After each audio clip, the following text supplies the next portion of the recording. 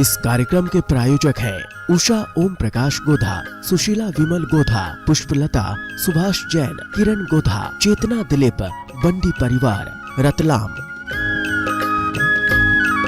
मानक चंद, कमला देवी, राकेश, नीतू, ऋषभ और Ayushi Musharraf, B123, Sethi colony, Jaipur.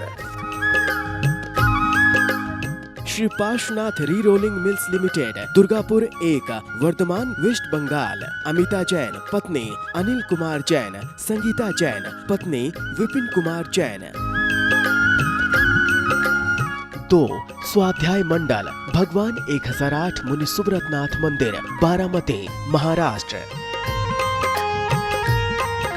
SK Jain, Shrimati Santosh Jain, विपुल जैन, श्रीमती आराधना जैन, पारुल जैन, अतुल जैन, श्रीमती पूर्णिमा जैन, सुचित जैन और आर्यन जैन, कानपुर। संपतलाल, मैना देवी कासलीवाल, सागरमल, नागरमल, संदीप कुमार, हीरा देवी, आशा देवी, सुखी संसार गोलाबरी, हावड़ा। श्रीमती जयमाला जैन, पत्नी स्वर्गीय श्री इंद्रसेन जैन, टिम्बर मर्चेंट, खतौली। सरिता जैन, पत्नी प्रदीप कुमार जैन, पुत्र संचित जैन, गांधीधाम, कच्छ, गुजरात। महिला मंडल, श्री 1008 पारसनाथ दिगंबर जैन मंदिर, 344/4, गोविंदपुरी, कालकाजी, नई दिल्ली। अशोक जैन, प्रेम जैन, अंकित जैन, पूर्णिमा जैन, मयूर विहार, फेज 3, दिल्ली। श्रीमती नीति, राजीव, देवर्षि, निष्पन्न, अनुभा कलरैया, श्री पदम मीना, पंकज, राहुल, पीयूष अजमेरा, खारघर, नवी मुंबई। सोसर देवी, स्वर्गीय देवीलाल जी, विमला बेन, किशन लाल जैन, सोनल भावेश जैन, अर्चना विकास जैन, नियति, जैनी, कशिश, हैंसी, मोक्ष जैन, अहमदाबाद।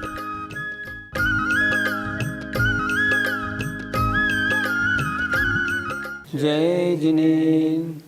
नमः श्री वर्धमानाय निर्धूत कलिलात्मने, सालोकानां त्रिलोकानां यद्विद्यादर्पणायते। पंच परमेष्टि भगवान की जय। पाठशाला में रत्नकरण श्रावकाचार्य के अंतर्गत वैयावृत्त नामक शिक्षावृत्त का वर्णन चल रहा है। वैयावृत्त में 2 बातें आचार्य बता रहे हैं। एक तो दान देना, दूसरा सेवा करना, बीमारी या कष्टों को दूर करना। आज ये बताने जा रहे हैं कि दान देने का फल कैसा होता है। अगला श्लोक देखिए। क्षितिगतमेव वटबीजम्, क्षितिगतमेव वटबीजम्, पात्रगतं दानमल्पमपि काले, पात्रगतं दानमल्पमपि काले, फलतेच्छाया विभवम्, फलतेच्छाया विभवम्, बहुफलमिष्टं शरीरभृताम्, बहुफलमिष्टं शरीरभृताम्। बोलिए। क्षितिगतमेव वटबीजम्, पात्रगतं दानमल्पमपि काले, फलतेच्छाया विभवम्, बहुफलमिष्टं शरीरभृताम्। देखिए, क्षिति मन पृथ्वी, गत मन पड़े हुए, एव माने तरह। पृथ्वी में पड़े हुए की तरह। किसके पड़े हुए की तरह? वट बीजम, बरगद के बीज की तरह। अर्थात पृथ्वी में पड़े हुए बट के बीज की इव माने तरह। पात्रगतम, पात्र को दिया गया, दानम दान, अल्पम अपि काले, थोड़े भी काल में, मतलब जल्दी ही, फलति छाया वैभवम, फलति फल देता है छाया के वैभव को, बहुफलमिष्टम, बहुत इष्ट फल रूप, शरीर भृताम, प्राणियों के। अर्थात क्या हुआ, जिस तरह पृथ्वी में पड़ा हुआ बट का बीज फलते छाया बेहवम, अल्पमपि काले, थोड़े समय में ही बहुत बड़ी छाया के वैभव को फल प्राप्त कराता है, अर्थात प्राप्त होता है। मतलब बट का बीज है, थोड़े समय में उग जाता है, बहुत बड़ा बड़ का पेड़ बन जाता है। उसी तरह पात्रगतम, पात्र को दिया गया दान भी थोड़े ही काल में इष्टम बहुफलम, इष्टम माने सुखदायक, बहुत फल रूपी वैभव को प्राणियों के लिए फलती, फलता है। जैसे जमीन में हमने बड़ के पेड़ का बीज डाल दिया, कुछ समय बाद ही उसका थोड़ा पौधा बनेगा और थोड़े समय में वृक्ष बन जाएगा। फल क्या मिलेगा, घनी छाया मिलेगी। उसी तरह पात्र को दिया गया थोड़ा सा भी दान जब फल देता है तो बहुत सारे इष्ट फलों को प्रदान करने वाला होता है। पंडित जी, पात्र को दान देने का क्या फल मिलता है? अगर उत्तम पात्र हो, अर्थात मुनि महाराज हो, और उनको दान दिए, दान देने वाला मिथ्या दृष्टि हो, तो वह उत्तम भोग भूमि में जाता है। मध्यम पात्र हो, दान देने वाला मिथ्या दृष्टि हो, तो वह मध्यम भोग भूमि में जाता है। जघन्य पात्र हो और दान देने वाला मिथ्या दृष्टि हो तो जघन्य भोग भूमि में जाता है। और अगर सम्यक दृष्टि इन उत्तम मध्यम पात्र को दान देता है तो वैमानिक देवों में उसकी उत्पत्ति होती है। इस तरह ये पात्रों को दिया गया दान बहुत अच्छे फल रूप फलता है। पंडित जी, यदि कोई श्रावक दान दे तो वह कहाँ तक उत्पन्न होता है? श्रावक का मतलब सम्यक दृष्टि हो और वृत्ति हो। अगर सम्यक दृष्टि है और वृत्ति है तो वह 16वें स्वर्ग तक उत्पन्न हो सकता है, जैसे परिणाम वैसी उत्पत्ति। और दान देने का फल उसको ऊपर भी अच्छा वैभव प्राप्त होता है। मतलब निम्न कोटि का वैमानिक देव नहीं, उच्च कोटि का वैमानिक देव बनता है। ये सम्यक्त व्रत और सम्यक्त व्रत के साथ दान देने का फल है। पंडित जी, अगर कुपात्र को दान दें तो उसका क्या फल मिलेगा? पात्र को दान देने से उत्तम भोग भूमि, कुपात्र को दान देने से कुभोग भूमि मिलेगी।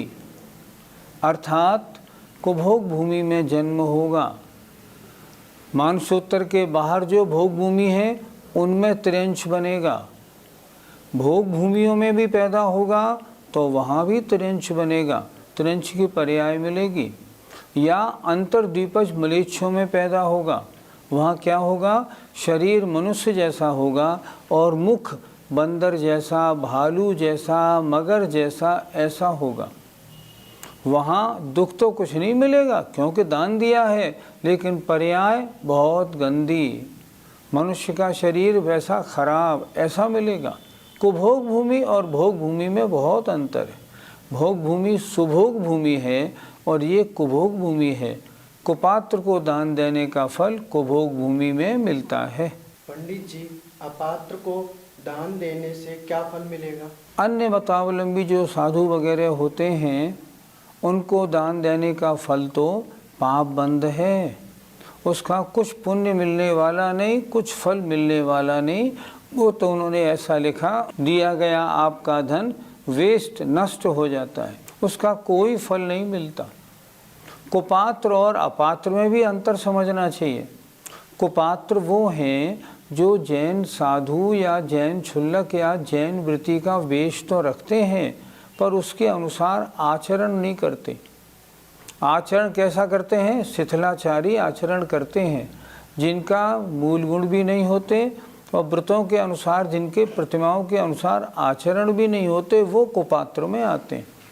अपात्र वो हैं जिनमें धर्म का नामोनिश तो नहीं है, अन्य मतावलंबी हैं। ऐसे अन्य लोगों को दान देना तो व्यर्थ में जाता है, उसका कोई फल नहीं। पंडित जी, भोग भूमि में कितने प्रकार के कल्प वृक्ष होते हैं? भोग भूमियों में 10 प्रकार के कल्प वृक्ष होते हैं, जो सब तरह की सामग्री प्रदान करने वाले होते हैं। लेकिन स्वर्गों में केवल 8 प्रकार के कल्प वृक्ष होते हैं। ऐसा क्यों? क्योंकि स्वर्गों में खाने पीने की आवश्यकता नहीं, इसलिए भोजनांग और पानांग, भोजन देने वाले और पेय पदार्थ देने वाले ऐसे कल्प वृक्षों की वहाँ आवश्यकता ही नहीं है। इसलिए स्वर्गों में 8 प्रकार के और भोग भूमियों में 10 प्रकार के कल्प वृक्ष होते हैं। एक अंतर और है, देवों में ऊंचा नीचा बड़ापना है। एक सूत्र आता है ना, इंद्र सामानिक त्रायस्तेंस पार्षदात्मरक्ष, ऐसे इंद्र सबसे बड़ा, किलबिषक सबसे छोटे। लेकिन यहाँ स्वर्गों में पद होते हैं बड़े छोटे, लेकिन भोग भूमि में कोई पद नहीं होता, किसी की अधीनता नहीं होती। वे दोनों पति पत्नी बिल्कुल स्वतंत्र रहते हैं, कुछ भी करें कितना ही करें, कोई देखने वाला नहीं, कोई रोकने टोकने वाला भी नहीं। दान कितने प्रकार का होता है, इसका श्लोक अब 117 नंबर आगे आने वाला है, ध्यान से देखें।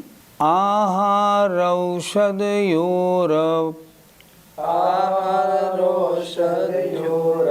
पिपकर्णावासयोश्च दानेन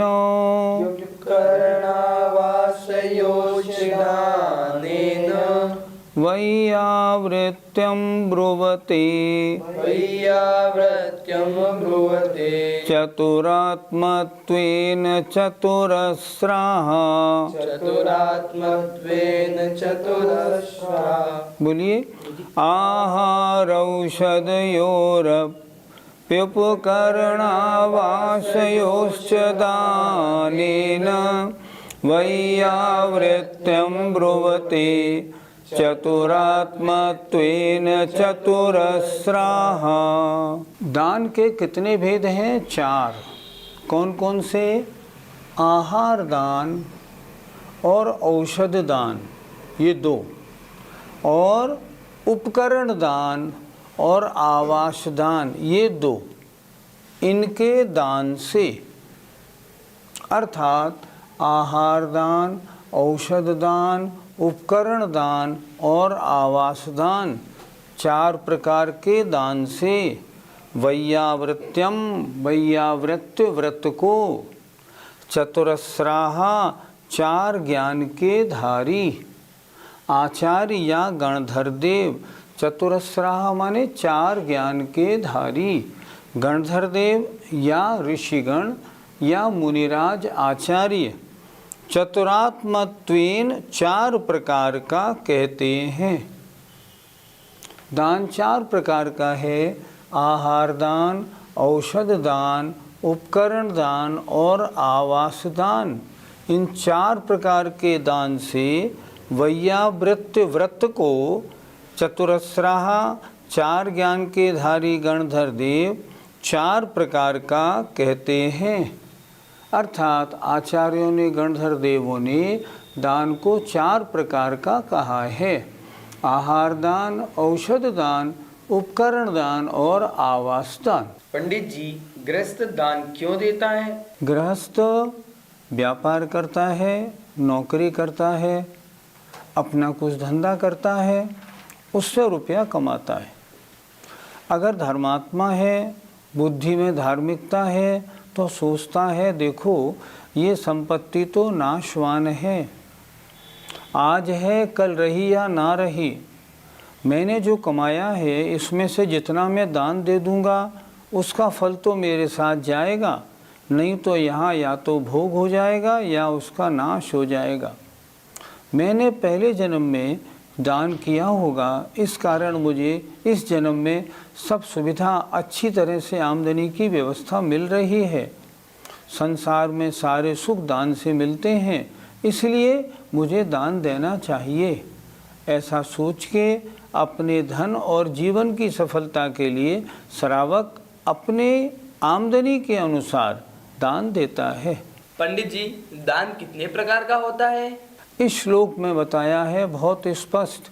दान 4 प्रकार का होता है: आहार दान, औषध दान, उपकरण दान और आवास दान। आहार दान माने व्रतियों को, साधुओं को शुद्ध आहार प्रदान करना। औषध का मतलब उनके कोई रोग आदि हो जाए तो उनकी दवा व्यवस्था वैयावृत्ति करना।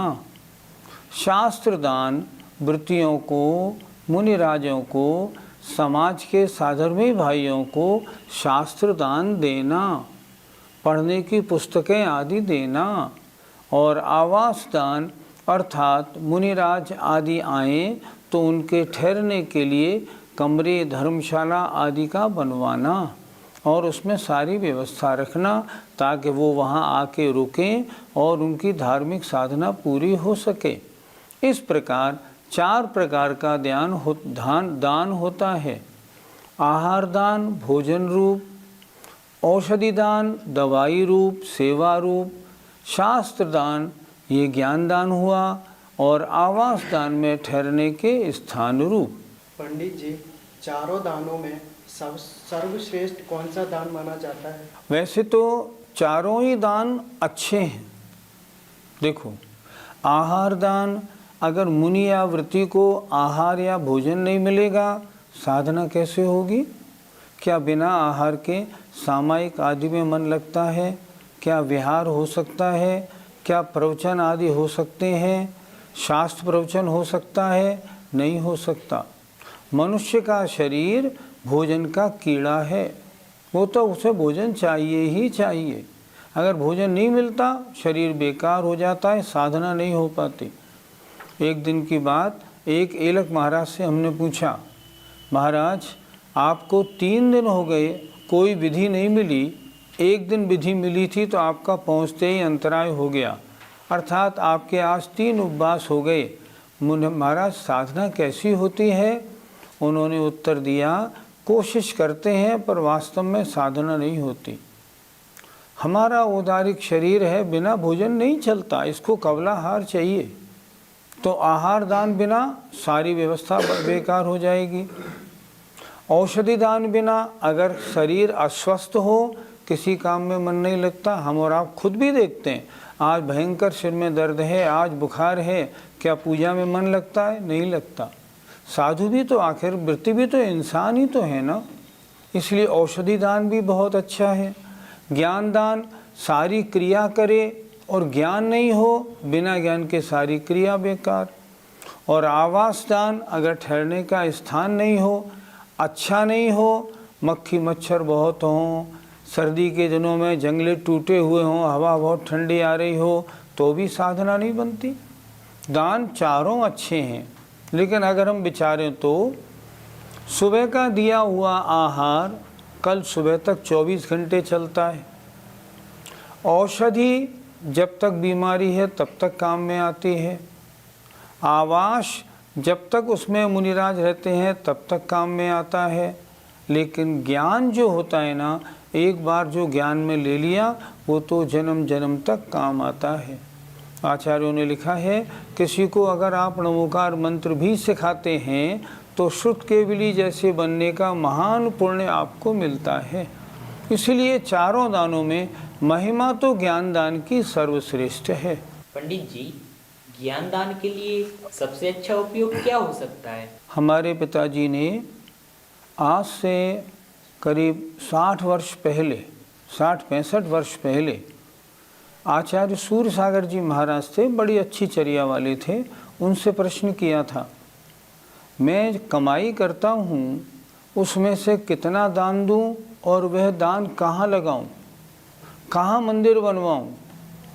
तब आचार्य सूर्य सागर जी महाराज ने उत्तर दिया था, पहले मंदिर मत बनवाओ, पहले किसी विद्यालय से एक विद्वान लाके स्वयं धर्म पढ़ो और अपने बच्चों को पढ़वाओ। क्योंकि बिना धर्म जाने जितनी क्रियाएं हैं उनकी कोई वैल्यू नहीं होती। आप रोज़ाना पूजा तो करते हो, अर्थ समझते नहीं। आपने मान लो प्रज्ञा प्रधाना श्रमणा समृद्धा बोला पूजा में, अर्थ आपको आता नहीं तो आपका भाव बनेगा? नहीं बनेगा। तो उन्होंने कहा सबसे पहला दान कहाँ देना है? मंदिर मत बनवाओ, पहले मंदिर के योग्य तो खुद बन जाओ। सबसे पहले एक विद्वान लाओ और विद्वान लाके अपने घर को, अपनी पड़ोसियों को धर्म सिखाओ। पूजा कैसे करना, पूजा के शब्दों का अर्थ क्या होता है, सही उच्चारण क्या होना चाहिए, अर्थ कैसे लगना चाहिए आदि। तब हमारे पिताजी मुरैना से एक विद्वान पंडित हुकुमचंद जी को लाए और उन्होंने घर के सामने पाठशाला खोली। नतीजा ये हुआ जो हमारी पूरी कॉलोनी थी उसका एक एक बच्चा धर्म से बिल्कुल समझने लगा, पूजा कैसे, सामायिक कैसे, शास्त्र कैसे, सब। सबसे बढ़िया दान तो ये है। इसलिए आज के दिन सबसे ज़्यादा आवश्यकता किसकी है? सबसे ज़्यादा आवश्यकता है आप अपनी कॉलोनी में एक पाठशाला खुलवाएं, उसके लिए विद्वान की व्यवस्था करें। विद्वान अगर चाहिए हमसे पूछें, श्रवण संस्कृति संस्थान सांगानेर से हमारे यहाँ प्रतिवर्ष 20 विद्वान निकलते हैं शास्त्री बन के। हम विद्वान आपको भेजेंगे, आप विद्वान रखें और अपनी कॉलोनी के एक एक बच्चे को, एक एक महिला को, एक एक पुरुष को, सबको उनके समय के अनुसार, बच्चों को शनिवार इतवार के दिन, बड़ों को छुट्टी वाले दिन या रात्रि को 8:30 से 9:30 तक, महिलाओं को दोपहर 2 बजे से 3 बजे तक जब वो फ्री होती हैं धर्म सिखाएं, एक एक स्तुति सिखाएं, एक एक ओम ह्रीम सबका अर्थ बताएं, फिर देखें पूजा में क्या आनंद आता है। ज्ञान दान का इससे अच्छा कोई उपयोग नहीं है। आजकल बहुत किताबें छप रही हैं महाराजों की, तरह तरह के प्रवचन, लेकिन उन प्रवचनों को क्या पढ़े? सारे शास्त्र हमारे यहाँ सब छपे हुए रखे हैं। उन बड़े जो आचार्यों के शास्त्र हैं ना, स्वाध्याय तो उनका करना चाहिए। आचार्य कुंद महाराज क्या कह रहे हैं? वो जो किताबें आजकल छप रही हैं वो किनके योग काम में आती हैं? जिनके पास विद्वान ना हो, लेकिन वो सिस्टमेटिक नहीं होता। ज्ञान प्राप्त करना है तो कैसे प्राप्त किया जाता है? आप बाल बूथ से पढ़ो, फिर देखो क्या आनंद आता है पढ़ने का। आपने एक किताब खरीद ली, उसको पलट के रख दिए, उसमें लिखा है इंसान कैसे बनो, अच्छे काम कैसे करो, घर के काम कैसे करो। अब उनमें धर्म नहीं होता। धर्म की बात पहले देव पूजा, गुरु पास्ती, स्वाध्याय, संयम, तप और दान, इन 6 की चर्चा तो करें। ये क्या होता है? और इसके लिए एक विद्वान रखें और पूरी कॉलोनी के जो बच्चे हैं, बड़े हैं, अपने अपने टाइम से। एक स्थान मैंने देखा, कोपर गांव में पहले क्या होता था, दोपहर में नई बहुओं के लिए पाठशाला 1 से 2 तक अलग लगती थी। बड़ी महिलाओं के लिए रात्रि में स्वाध्याय अलग होता था, बच्चों के लिए छुट्टी वाले दिन अलग होता था। नतीजा क्या हुआ? कोपर गांव की जो समाज है ना पूरी, सब समझदार और ज्ञानी बन गई। ये है असली ज्ञानदान। इसलिए सबसे ज़्यादा ज्ञानदान पे जोर दें। पहले स्वयं ज्ञानी बने, अपने परिवार को ज्ञानी बनाएं, अपने आसपास के लोगों को ज्ञानी बनाएं, धीरे धीरे उसका प्रचार प्रसार करें। ऐसा करेंगे तो ज्ञानदान के प्रभाव से अगले जन्मों में ज्ञान का क्षोभक्षम अच्छा होगा और इतना होगा कि शुद्ध केवली और महान ज्ञानी बनेंगे। धीरे धीरे मोक्ष की ओर परंपरा को प्राप्त होते जाएंगे। जय जिनेंद्र। इस कार्यक्रम के प्रायोजक हैं उषा ओम प्रकाश गोधा, सुशीला विमल गोधा, पुष्पलता सुभाष जैन, किरण गोधा, चेतना दिलीप, बंडी परिवार, रतलाम। मानक चंद, कमला देवी, राकेश, नीतू, ऋषभ और Ayushi Musharraf, B123, Sethi colony, Jaipur. Shri Parshwanath re rolling mills limited, Durgapur 1, Bardhaman, West Bengal. Amita Jain पत्नी अनिल कुमार जैन, संगीता जैन पत्नी विपिन कुमार जैन। 2. स्वाध्याय मंडल, भगवान 1008 मुनि सुब्रतनाथ मंदिर, बारामती, महाराष्ट्र। एसके जैन, श्रीमती संतोष जैन, विपुल जैन, श्रीमती आराधना जैन, पारुल जैन, अतुल जैन, श्रीमती पूर्णिमा जैन, सुचित जैन और आर्यन जैन, कानपुर। संपतलाल, मैना देवी कासलीवाल, सागरमल, नागरमल, संदीप कुमार, हीरा देवी, आशा देवी, सुखी संसार, गोलाबरी, हावड़ा।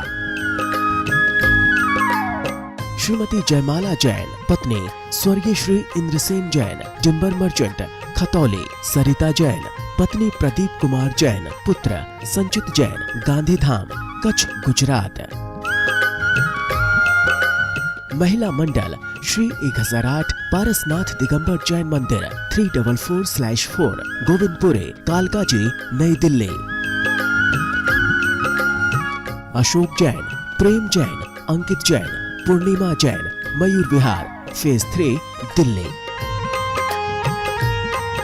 श्रीमती नीति, राजीव, देवर्षि, निष्पन्न, अनुभा कलरैया, श्री पदम मीना, पंकज, राहुल, पीयूष अजमेरा, खारघर, नवी मुंबई।